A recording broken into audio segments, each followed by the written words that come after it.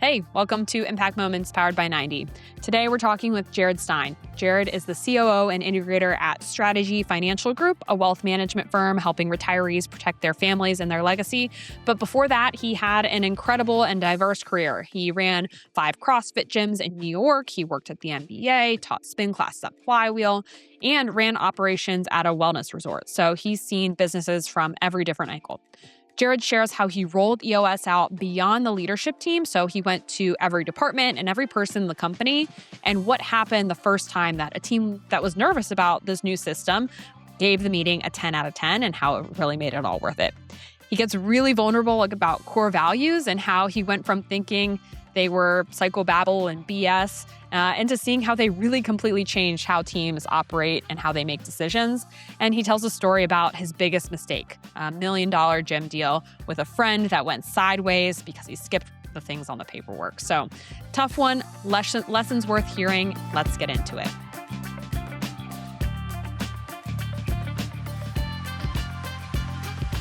Hey, welcome to Impact Moments. I'm Christine. I'm Kris. And we are joined by Jared. Thank you so much for coming today. My absolute pleasure. Yeah. Thanks for having me. So give us a little intro. Tell us about yourself. A little intro. Well, I'm from New Jersey, the oldest of 5 kids. Nice. Came out of high school, right to college. They told me, like, hey, you're from New Jersey. You're going to go be a banker. And so I was like, cool, I'll go do that. So I went into an investment bank, and I was on an institutional trading floor for the first 5-6 years of my career. Learned some really cool stuff. Learned that I didn't want to do that for the rest of my life. So went over to the National Basketball Association, where I had a friend who was already there. Really easy intro. So I got to work in sports for a year, and that was really cool. Realized that the big bureaucracy wasn't for me. Went to business school. While I was in business school, leaned into fitness. I had to pay my bills, so I was teaching spin class with a company called Flywheel, rowing Nice. with City Row. Yeah. Yeah, it was. I absolutely loved it. It was the best job I ever had. They Felt were like for me it was like pre-Peloton. Like we started Yes. doing the Flywheel. Yeah. So some of my friends from Flywheel were the founding instructors there. Okay. So we're still buds Yeah. today, but they're rolling in It was dough. the first competitive one that That's I right. went to too, where I was like, That oh, I leaderboard, want to I win. was I want to on. be at the top. Yeah. It was a great product, and it's sad that they when the founder sold, Mhm. it kind of And collapsed on itself. I did it in Dubai one time. Yeah. Like Oh, because wow. I was Mhm. traveling a lot, and they're like you could just pull up the app and just go Yeah. and do it, and I thought that was super cool. Yeah, it was before its time, and it was a great experience. And while I was in business school teaching all these fitness classes, I was doing CrossFit for my own workouts. And one of the guys I was working out with disappeared one day. I get a Facebook message from him 2-3 months later. He's like, "Hey, you want to grab a coffee? I moved to Brooklyn. Tell me the story." And I'm like, "Sure." And he pitches me the idea of opening a gym in the neighborhood that he's living in. I told him no. I was like, "I don't have any money. I don't have any time. I'm gonna go back to the workforce." Like, Yeah. he's like, "No, no, it'll be fun. Like, you'll run the gym. You don't have to put any money in. I'll finance it." I'm like, "All right, let's see what we got." So we started looking at some spaces. We saw one warehouse. We were like, "Okay, I see the vision. Yeah. We can do it." So we built one, and it was a lot of fun. Right? The term blood, sweat, and tears. There was all three. Yeah. And building a gym in the middle of Brooklyn, no air conditioning in the summer was like hard, but felt enriched. And customers showed up. No marketing, no nothing. We opened our doors, and next thing we knew, we were full, and we knew we had to expand. So in New York City, if you move 5 blocks north, you're in a different neighborhood. So found a space there. 1 turned to 2 in the first 8 months. 2 turned to 3 in the first year, and then we were like, I don't want to build these gyms anymore. It's exhausting. Let's go buy them. So we started some M&A activity and realized that like gyms don't make a lot of money. Well, CrossFit gyms didn't make a lot of money. Mhm. So we were like, we have a proven practice. We know how to operate these things. We know how to market these things. Let's just go buy gyms that are failing, flip them around, and we'll build our network. And we did. We had 5 CrossFit gyms, and then we bought a big box gym that was printing cash, but it was in bankruptcy. And so we bought it out of bankruptcy. That was going really well until 2020 hit and collapsed the whole business model, and moved out to Arizona. Short stop in Texas, was in hospitality at a beautiful resort called Savannah. It's a wellness resort. And so I was the VP of operations there for 3.5 years before I moved into my current role with Strategy Financial Group as their COO. And you were owning and operating these gyms, but you weren't leveraging EOS. Is that right? Correct. So my first introduction at EOS was someone who was a vendor of the gym. He was teaching a CrossFit gymnastics seminar. So through CrossFit HQ, come in and teach you how to coach gymnastics properly. And him and I became friends. He taught like 6 or 7 seminars for us, and he was like, "Hey, do you want to help other gyms around the country?" And I was like, "Sure." And so he'd get me on these calls with them, and they had a scorecard. They had a tab for IDS, they had metrics, they had a VTO, and they had an issues list. Yeah. And I just sat on the first couple meetings and I understood the cadence, and it was really cool. But he didn't call it EOS. Oh, okay. He didn't tell me anything. He was like, "This is how you run the meeting." And it's important that they are on the same time every week.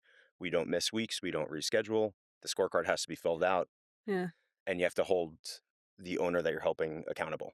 And I was like, this is a really interesting rubric for meetings. And while that was going, I was starting to transition out from owning gyms and into the hospitality business. And my first day at the hotel was their quarterly session. And at that point, only leadership was doing it. And I walk in and there's a big stack of books on my desk, and I was like, I've read these already. What is this? And he's like, oh, we do EOS. I'm like, oh, that's what it's called. Cool. I understand. Yeah. Okay. And when jumped right into my first quarterly session, at the time it was really raw. At that organization, team health wasn't huge at the moment. There was a lot of conflict coming out of COVID, and um, the business wasn't losing money, but it wasn't really making any either. And some things had to change, like operationally is just a big venture to keep the wheels spinning. But my tenure there, we went from, okay, 5 people are doing EOS and holding these meetings. My job as the ops director was, how do I roll this out downstream? Right. And it was a really interesting crash course, stuff they don't teach you in business school about organizational psychology and how do you implement something when you have all these people who are in hospitality, and that's a very like niche sector. And if you grow up in hospitality, you only work in hospitality, well, there's only one way to do it, because Marriott has a proven process, Hilton has a proven process, the Four Seasons has a proven process, and all these people are coming from these embedded organizations, and shifting the thinking to, hey, maybe we're going to do it a little differently here, and let me show you some value. And if in 6 months, if you're not finding any value, let's have another conversation. And that's kind of how I got into the implementer role. And as I was transitioning out of hospitality into retirement services and wealth management, uh, part of the job description was EOS implementer, and I straight up wrote the CEO an email saying, "Calvin, your next COO. Here's why. Here's what I can do with EOS. Where are you guys in the process?" Yeah. And they were already on 90, which I was like, Oh, cool. okay, great first step. Um, who else in the organization is doing it? And he was like, nobody. And I'm like, okay, I've done this before. Let me show you how. And that kind of brings me to today. That's awesome. Yeah. So, when you were in hospitality, it sounds like you went into that and you had to drive revenue and you also had to fix culture problems. Were there certain tools you were leaning into as you were rolling it out that like helped you do that quickly? Yes.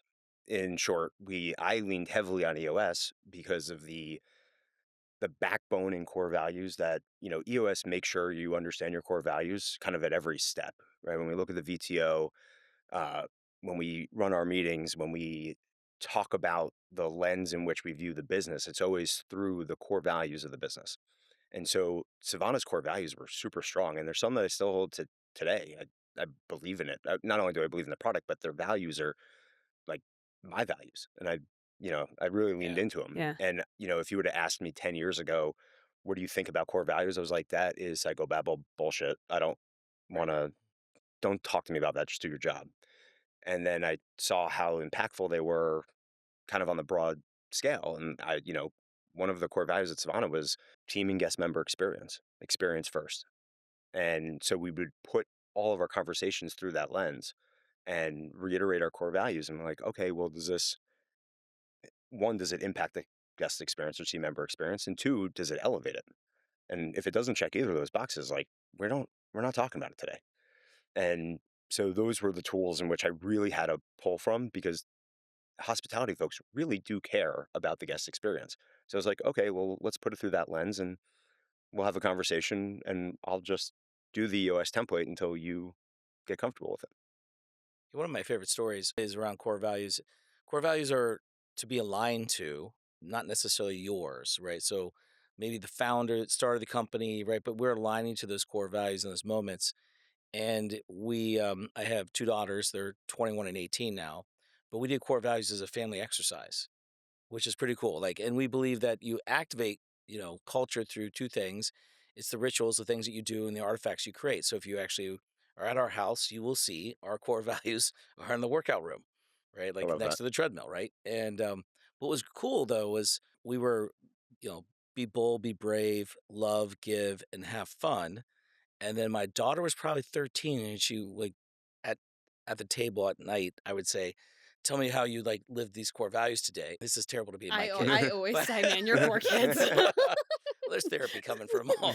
But they would give it back to us, and so but my daughter Tess was like, "Dad, I don't think have fun is a core value." I'm like, "Oh, let's talk about it, right?" She's like, "I want to like say find joy in the day every day." I was like, "Oh, so good." That's a good one. Yeah. It's a good one, right? So we changed the core value based upon her reflection into the family. And it's like, oh, that works, right? Yeah. So I don't. My whole point in bringing up that story is I do think businesses hesitate to bring them forward because I think sometimes they're like, well, what happens if people don't align to them? It's like I think they do align. Like just put them out there and let's go figure it out together. Right. And if you need to modify something to get everyone on board, then figure that out.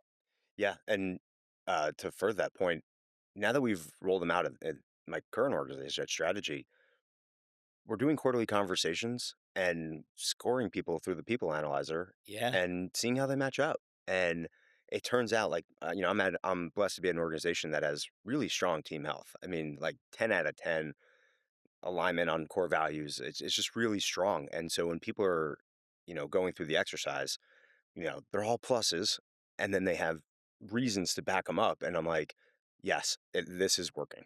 And, it's really fulfilling as someone who's newer to the firm, Mhm. but also as someone who's responsible for upholding those every day. It was really enriching versus coming from another organization where like team health really wasn't strong at all.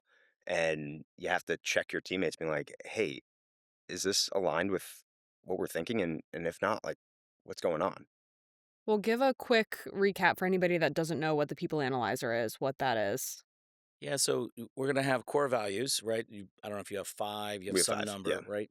And then you pick a bar for each one of those, Mhm. right? And so the bar hopefully is, probably if there's five, you probably three of them. It's almost always you behave this way. Most of the time is the next level down, and almost never is the other one. Like we don't want that, right? Like Right.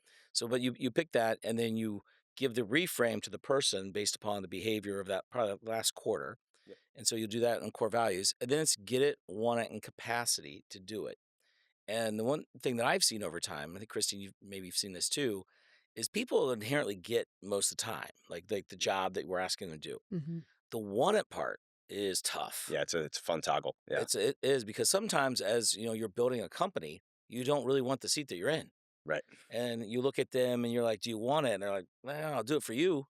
Right. Oh no. We Or could for this amount of For time. that amount of time. Yeah, yeah, yeah, which is fine for a little bit of time, but you Yeah. can't do it for a long period of time because you gotta want it. Like you have to be passionate about it. You gotta show up for it, right? And if you don't want it, then it's gonna come through. Yeah. And the C part of that capacity is we can coach to that.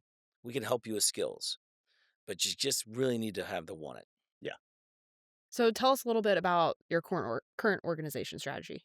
So Strategy Financial Group is a wealth management services, retirement services. We really pride ourselves on being a home office for those who don't actually qualify for home office. So typically a home office will give you retirement services, tax planning, income strategy, legacy planning, and some charity work. So when I say legacy, I mean your trust. So a lot of people have a will, and that's not really great because every state has a different court and it goes to probate, and now your loved ones in their worst moment have to wait 9 to 8 months to settle your estate. And that kind of sucks. And so a trust is a really clean, easy way of avoiding that.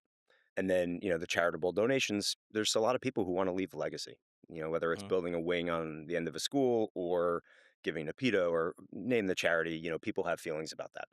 And so typically a home office, you need 10 to $50 million to get in the door. And that's not our clientele. Our clientele are retirees nationwide who just need help. And what I've learned and what evangelicalized me into this space was that, you know, one, I saw it happen with my grandmother. I'm watching it with my parents that, these are things that aren't taught in school.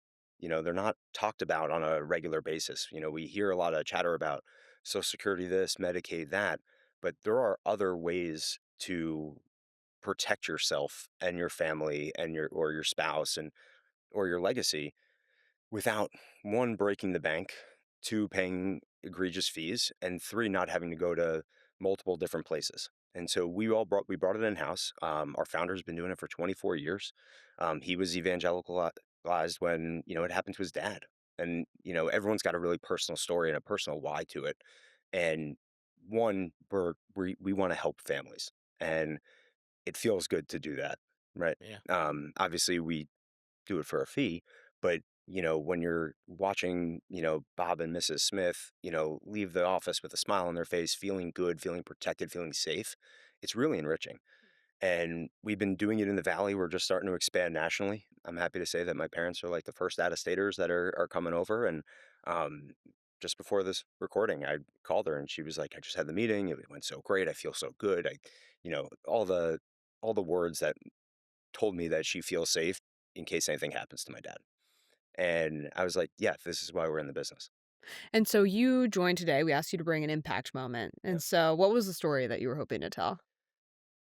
Well, it comes with my current organization. We have a leader who I don't know if she wants to do the LMA, the lead, manage, and hold accountable portion of her role. She's in the seat because of her tenure, and she's the best at the job. Now, typically, that's not how you pick a leader for a position, but there are some some instances of institutional knowledge where you're like, well, she really is the most qualified. Whether she wants to do the LMA portion of her job or not is yet to Right. be seen. And it's an ongoing coaching conversation. But, when I told her, hey, we're rolling this out to your department, you, I set up your 90 page. All your team members have access and have signed in. Yeah. I've ported your issues list over from the notepad we were using. And, your scorecards are uploaded. So, go with it. And she's like, I don't know how this is going to go. And I'm like, I think they're going to love it. She's like, why would you say that? I'm like, because now they have a voice. Now they have an opportunity to talk about issues in a really interesting way, dive deep into the discussion portion, and actually solve their own problem without having to go to you come to the leadership team. And you can solve your own stuff down the stack before it bubbles up. And she's apprehensive. And I'm like, I'll tell you what, I'll sit on the first however many meetings you want, and I'm happy to be the scribe and run the meeting for you. And she's like, okay, that made her feel a little better. We go to the first meeting, and one, the teammates are pumped. They're like, oh, this is cool. Like I got FaceTime with my boss Yeah. and my boss's boss. I was like, yeah, cool. Like we all sit in the same office, but like you guys can come whenever you want. Like, Yeah. yeah. And two, they were like, they really dug into the forum. One, they love the personal and professional best, right? That Yeah. moment of Isn't that personal great? connect. Mhm. It really is great because you get to interact with your teammates on a more personal level. It just brings tighter connection throughout the organization. And then the second part, we were going through the scorecard, and it was clear who was performing and how much production they were doing. And A players are going to report out. And so like our A players, our top, we're so proud to see their numbers up there, Yeah. like finally getting some recognition. And our organization's really blessed that we don't have a lot of C players, but the B players were like, oh, not to make excuses, but they're like, we have more coming, and they wanted to be up on that leaderboard. I'm like, okay, this is working. This is healthy competition.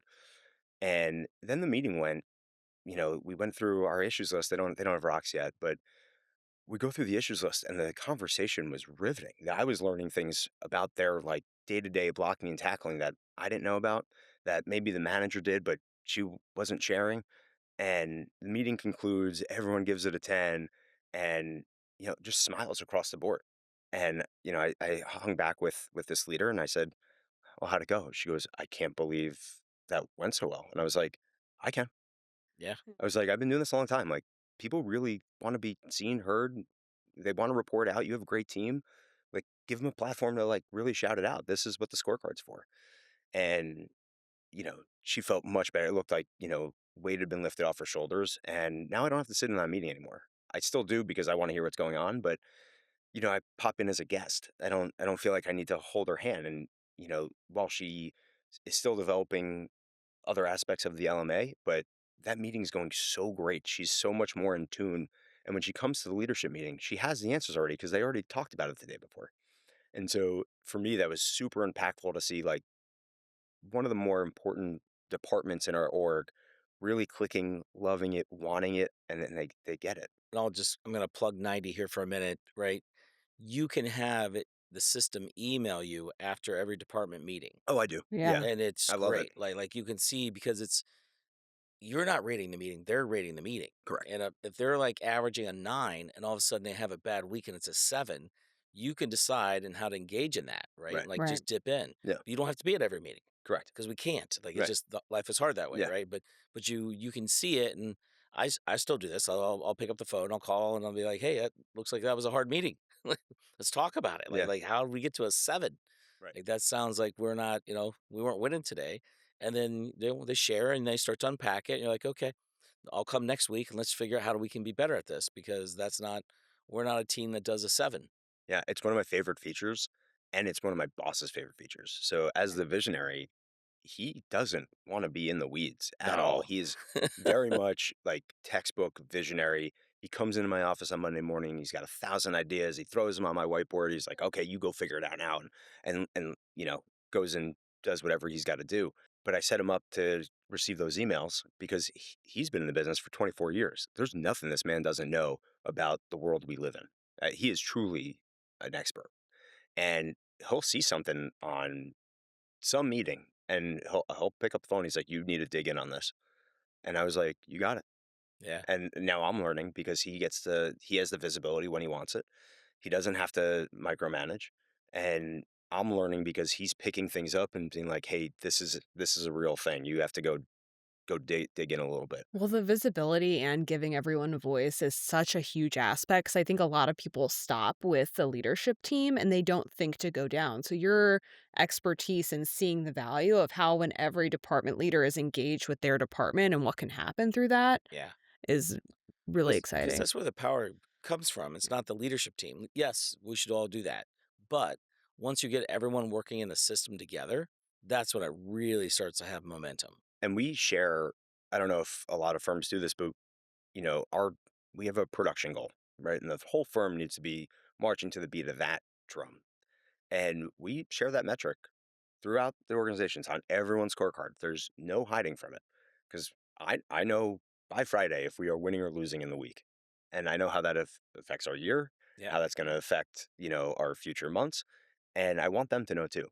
And we've just changed our incentive plan to align with that Yeah. because before it really wasn't, it was tangentially aligned and it was a really good plan when the firm was 6 people and now it's not. And so we've had to reframe that, but the visibility downstream, everyone's looking and there's no place to hide. And at Strategy Financial Group, we believe that everyone's got to be an A player and that we don't have room on our roster for C's, and we really don't want B's. We want A players. We want people who want to report out. We want people who get excited about reporting out. We want people who come ready to win, who are asking questions, managing up, and the scorecard in 90 is just such an easy tool to use where they can see it. They know if it's right or wrong or trending in the right direction, green or Right. red, and what they specifically need to do to impact the business to get us to where we need to be. It's interesting because actually a lot of clients that I'm working with right now are hesitant to have everybody's numbers up there. Like they're worried for their people, but it's not letting them step up or take Yeah. accountability or do those things. So it's refreshing to hear the perspective because I feel like I share this a lot of people want to do better and they want Yeah. to grow in what they're doing. And so this is like a very clear way where they can drive accountability and ownership for themselves. And a little bit of competition. Yeah. Not to say that, particular groups have the ability to drive revenue, and some are operations and support. But when I look at through the lens of the company as a whole, well, if the support function's not working, it's going to be really hard to drive the revenue, you know? Right. And so I want, and this may be some of my hospitality background coming in, but like this thing needs to run as beautifully and seamlessly for our guests and clients as possible.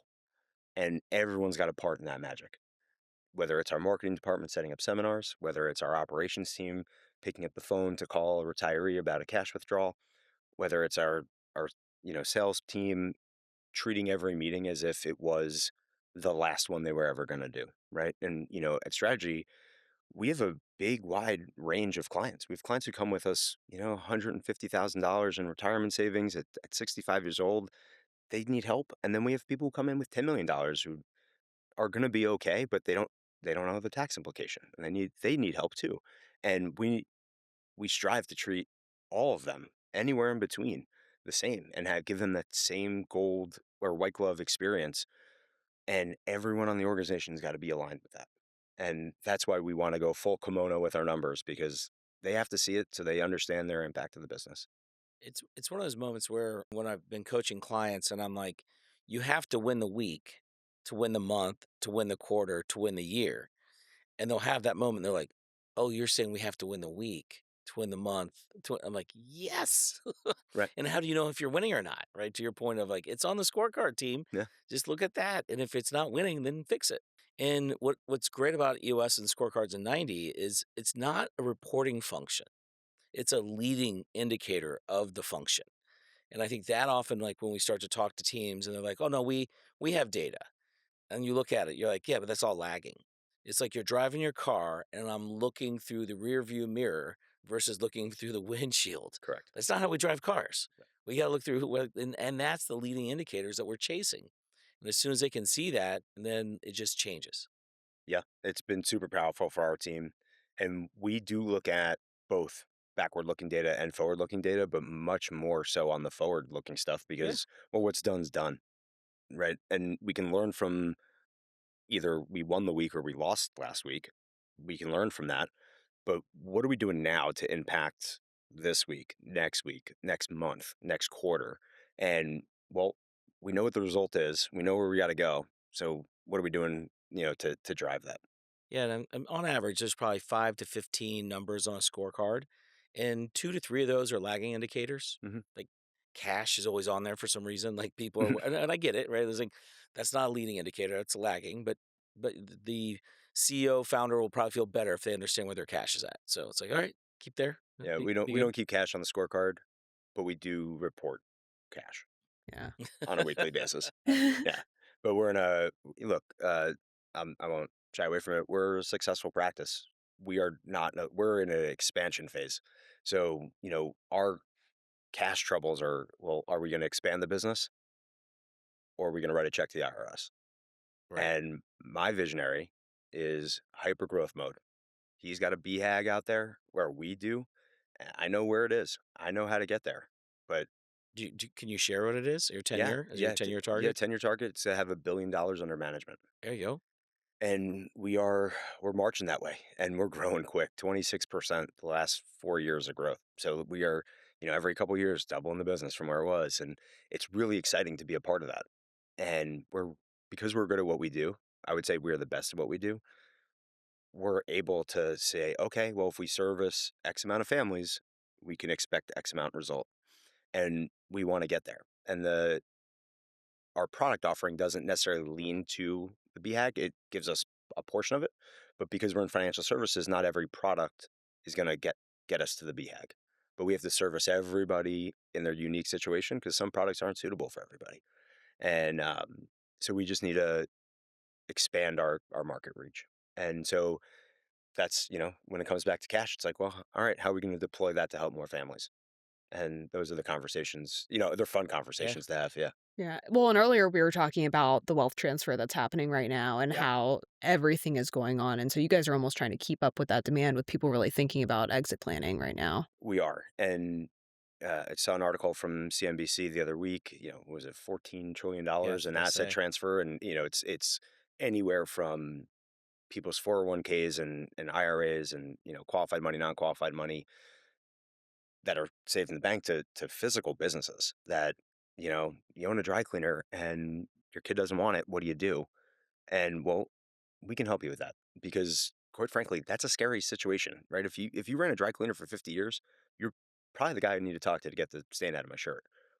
But you're probably not the guy who's like poised to, sell his business. And unfortunately, there are predatory people out there, brokers. You have private equity funds trying to roll every business. We see it big in accounting services. I've seen it in HVAC services. They're finding industries where you have this transfer coming, and these owners, someone's offering them a big bag of money, but they don't actually know if that bag of money is appropriate for them. And it's something that we can help with. But what our firm specializes in specifically is that should something happen to someone you love and care about, that well, it's all in one spot. And traditionally we've seen this bifurcation in the retirement wealth management space where well your tax returns over here, your investments are over here, your estate planning's over here, and your will is sitting somewhere in a drawer. Well, we want to bring that all in house. Make sure that when the worst day of your family's life comes and you've left, that we can pull it off the shelf and say, hey, you're going to be okay. This is what we have.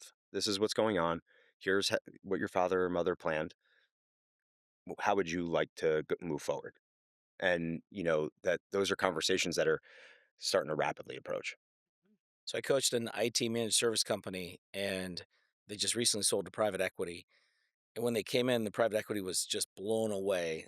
Every process was documented. It's in 90. Yeah. All the scorecard data was there, right? And this guy's name was Josh. Josh called me up. He's like, Kris, like, because we did this for years together, right? Yeah, It's like they just couldn't believe we had all this figured out. It's like, yeah, it you works. you did the work. Yeah, You actually did the work. And so now when you go to sell to private equity and they look at it and they're like, we can value this, right? Otherwise, it's really hard to put a number on that. super If hard. Yeah. you're trying to like sell the business and you can't see it, they can't buy it. But if you've done that work with EOS and 90, then they can see it. Yeah, there's tremendous value in that because if you are I've been on the buy side of a transaction when I was buying gyms. And we'd go to, we're talking CrossFit gyms. We used to joke, there's two types of gym owners. There's business guys who think they can own a gym and gym guys who think they can run a business. And never works. Yeah. And so, we'd go in and I'll never forget this transaction. It was in Tribeca. So it was CrossFit Tribeca or CrossFit 212 for forever. And they had been around for a long time. And I just dropped in, not I was looking to buy the gym, but the owner didn't know and the members didn't know. So I just dropped in for workouts, see what was going on. I'm like, this is a cool space, like physically cool in a basement in Tribeca across from the FBI building. And I was like, man, this is like a cool place to work out. Like I would want to work out here. And so I pull the owner aside and he looks terrible. He looks haggard, tired. He's doing everything he can to keep this thing afloat. And I tell him who I am. He had recognized me when I walked in and the New York City CrossFit community was kind of tight at the time. And I was like, you ready to make a decision? Like, you want to make a move? Yeah. And he's like, well, let me tell you about like, my life. He's getting a divorce. He needs to liquidate the asset to satisfy the settlement. And I was like, all right, what's it worth to you? And he says a number. And I was like, okay, show me. He can't. Yeah. He's got no Yeah. data. He's got no books. He shows me a tax return that's got, losses on it. I'm like, call him Bob. I was like, Bob, you're showing me, 5 years of losses. How about you just give it to me and leave the security deposit and I'll run it for you? I'm like, you just walk away. You don't have to keep writing a check every year. He says, no, no, no, we make money. I'm like, okay, well, show me something. Right. And he had no data. And I was like, Bob, we can tidy this up real quick. You leave the security deposit. I'll give you a couple pennies on the dollar for the equipment. And then you just kind of walk away. And he's like, oh, I've been working so hard, so long. And I'm like, I know it's heartbreaking, but it's not worth anything. And in a year, this lease is going to be up and you're not going to be able to re-sign. So do you want this to be like a legacy for you? Like, we don't have to change the name, right? Your picture can Yeah. still be on the wall. I'm a pragmatist. He can, whatever we wanted. I was like, let me make it easy, right? We value this thing at zero. You owe nothing to the wife. You walk away, you take the $70,000 loss on the deposit. Your taxes are easier now. and like, let me solve this problem for you. And it felt a little gross because, well, the gym was losing money, so it wasn't really worth anything. But I'm a CrossFit evangelicalist, and I wanted these members to keep having a place to go. And I knew that with the right process, all of our stuff documented the way we ran the business, this thing was going to make money, and it did. But he didn't have anything to show for it. He didn't document anything. He didn't even know the guy who fixed the toilet.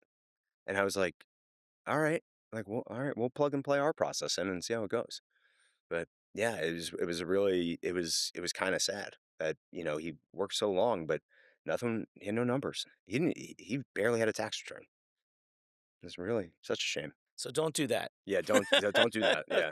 The takeaway is like, yeah, just don't do that. No.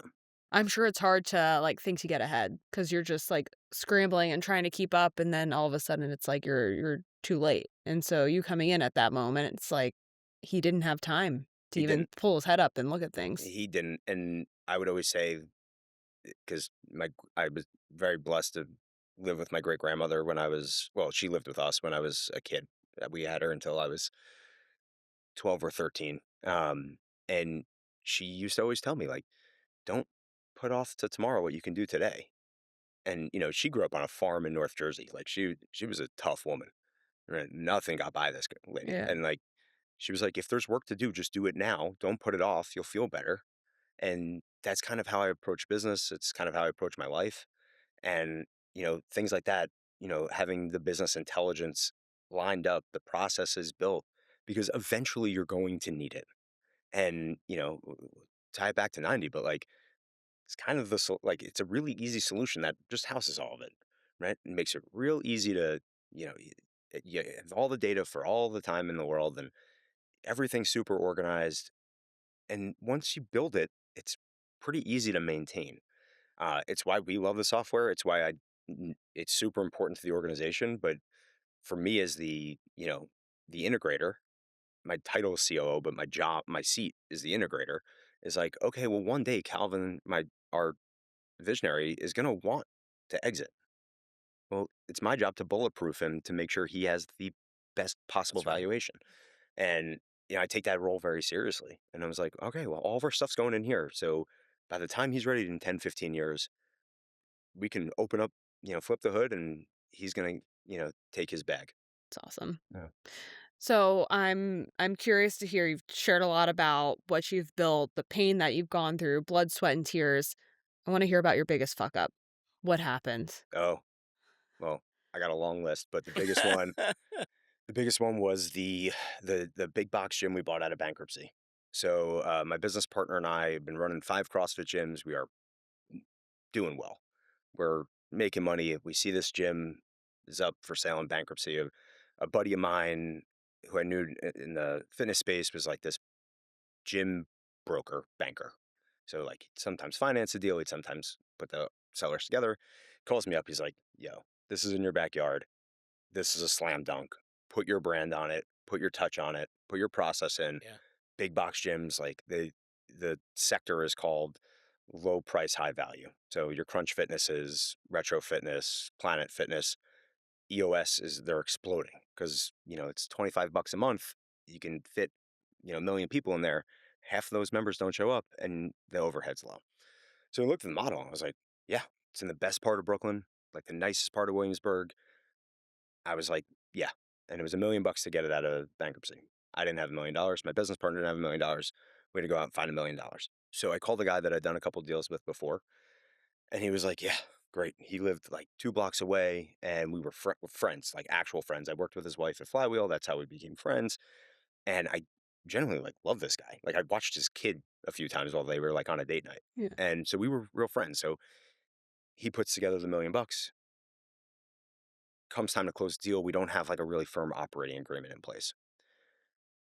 My best friend happens to be a transactional attorney. He's like, you better get that signed. Like, I can't do that for you. I'm on the transaction. I'm conflicted out. He's like, you're going to have to go pay someone, 10 grand to get this written, but you need to have this done. Didn't listen to him. Fast forward a couple months. This is like right before COVID. We had done my other business partner and I, we redo the build out. We relaunched the sale process. It's going well. Like we oversold our memberships. We kept the current members that were there. They're super happy. New equipment, new paint, facility, like toilets work. The locker room's not dirty. Like the smoothie bar is up and functioning. Life is good. This guy who helped me raise $1 million sends us a letter. You're out of the business. And I was like, wait, what? You're like, Wow. no, that's not. Yeah, I was completely blindsided because him and I are friends. What I later learned was he didn't like my business partner. My business partner didn't like him, but they didn't have to talk. They didn't. I was operating it. They were getting clean financials every month, and he just booted us out, and we had to go to arbitration. And I was like, hey, look, this is the money we have in the deal. You need to repay it. Right. But Yeah. like, if you want to operate and own a gym, go with God. You know nothing about this. Like, you'll. I was like, I told him like, as a buddy, this is gonna be more of a headache than you want. As an adversary, just give me my money back. You can have it, right? I knew what he was walking into. I don't know if he did, but yeah, it was really heartbreaking because it fractured the relationship I had with my business partner, who is still a dear friend, and I would never do that again without him, right? We had perfect like symmetry. All the things he didn't want to do, I did. All the things I didn't want to do, he did. And we loved it. We went on vacations together. We ran the business together. We worked out together. We were two peas in a pod. And then what I realized was we brought in a toxic pea and really, really messed things up. It was expensive. It was messy. So the lessons learned here is one, if your buddy's a lawyer and he tells you to do something, just Right, do it. listen. Going into business with friends is a bad idea. And straying from your core business focus, big mistake. Yeah. And things, long list of things I would never do again. That's probably top of the list.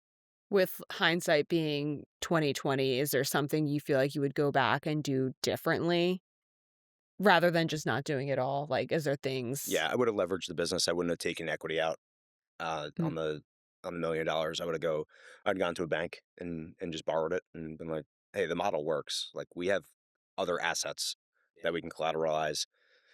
I wasn't as sophisticated on deal making at the time. I was kind of like in a rush to do it because it was in bankruptcy court. There was a time ticker on it.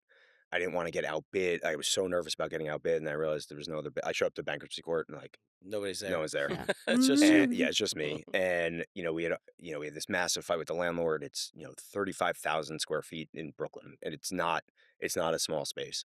Yeah. And so I'm getting all this pressure to close this deal, and I took the easiest route. And 99% of the time, the easiest route is not the righteous.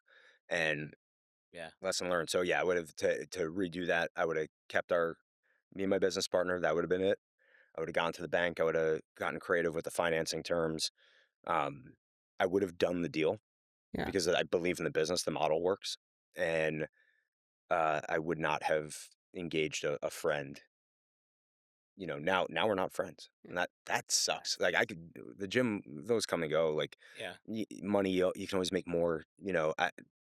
That I can leave aside, but I lost a friend, Mm-hmm. and that sucked. Like that was the trauma for me. It wasn't like, oh, now I don't get a piece of this cool gym. Whatever. I got 5 others. Like I lost a pal. Yeah. Yeah. I'm curious, this is my last question. So, if you were doing something other than what you were doing right now, what would you want to be doing? Well, the Mets need a first baseman. They So probably that, do. that if I could, no, I love my job. Yeah. I really do love it. I would, if I wasn't doing this current role, I mean, I would, I'm still trying to be a published author. I have 2 manuscripts in the pipe, Oh, trying to yeah. get those sold.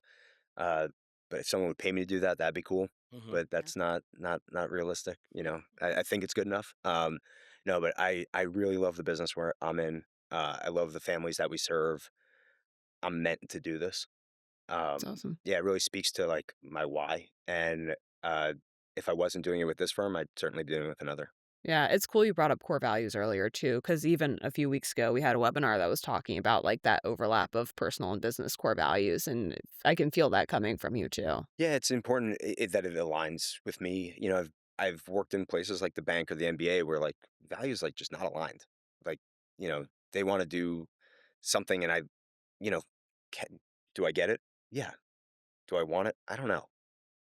Do I have the capacity? Sure. Do I have the skill set? Yeah. But like the W was really tough for me. And then that's why the gyms were such a natural fit because I loved it. I have a, the reason I got into fitness was one, it's passionate for me, but two, like the health and wellness space has been evergreen in my life since I'm 12. Now I don't have to do that as a job. I get to do this for fun, but now I get to, scratch that itch, helping people in a different way. So yeah, the core values, if it's not aligned, for me personally, I'm at a stage in my career where like I can make that choice. Some of us aren't that lucky when you're starting out, and I wasn't. But you get older, you get smarter, and you can choose what you want to do. 2 years ago, we were in Nashville as a team at 90, and I taught Simon Sinek's Finding Your Why. Hmm. And I am still like, we had a team member talked about like what that did for her and how she's now living her life differently. Like this Because week, she brought it up she brought from it up. something that happened 2 years ago. That's incredible. And she's like, that's like, that changed it for me. Yeah. And that's the kind of moments where you're like, oh, that's impact. Yeah. That's real stuff, which is why we should do what we do. Yeah, and people don't take the second to slow down and really think about it. But when you go through those exercises and like can connect it to the bigger picture, it makes a big difference. So you land in the right place. Yeah. Yeah. There's a lot of value there. Yeah. Well, thank you so much for joining us. This was really fun. I enjoyed hearing your story. So It was my pleasure. Thanks for having me. if people want to connect with you, is there any place they should go? strategyfinancialgroup.com. Great. We offer the best strategy and financial retirement guidance one can get. You can find me at Instagram, Jared_S_Stein, but that's mostly me lifting weights. I love it. Yeah. All right. Well, thanks for joining Impact Moments. Hope everyone enjoyed and go win the week.